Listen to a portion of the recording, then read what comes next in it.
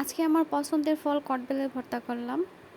অনেকেরই হয়তো কটবেল ভালো লাগে, কিন্তু কাঁচা কটবেলের ভর্তা অনেকেই খাইতে চান না।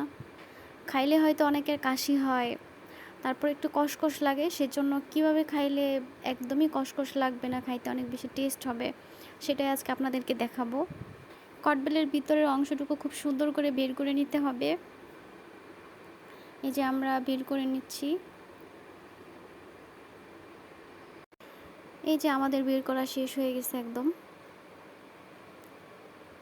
এটাকে আঞ্চলিক ভাষায় ছেঁচনি বলে। আজকে ছেঁচনি দিয়ে ভর্তা করে খাবো। আপনারা চাইলে শিলপাটায় বেটে করতে পারেন, আপনাদের যেভাবে সুবিধা হয়। আমরা 2টা ধনেপাতা অ্যাড করে দিলাম, এখন 2টা মরিচ দিচ্ছি। তো আপনাদের যেভাবে ভালো লাগে, যদি বেশি ঝাল খান তাহলে হয়তো একটু মরিচ বেশি দিতে পারেন। লবণ অ্যাড করে দিব পরিমাণ মতো।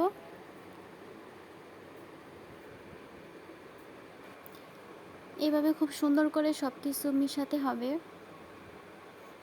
আর এইভাবে ভর্তা করলে অনেক বেশি টেস্ট হয়। এখন আমরা পরিমাণ মতো সরিষার তেল দিয়ে দিব। সরিষার তেল অ্যাড করলে ভর্তাটা অনেক বেশি টেস্ট হয়।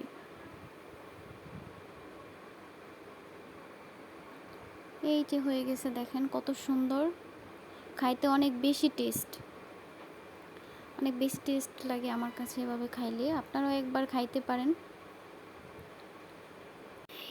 এইভাবে ভর্তা করে খাইলে বারবার খাইতে মন চাইবে আপনাদের।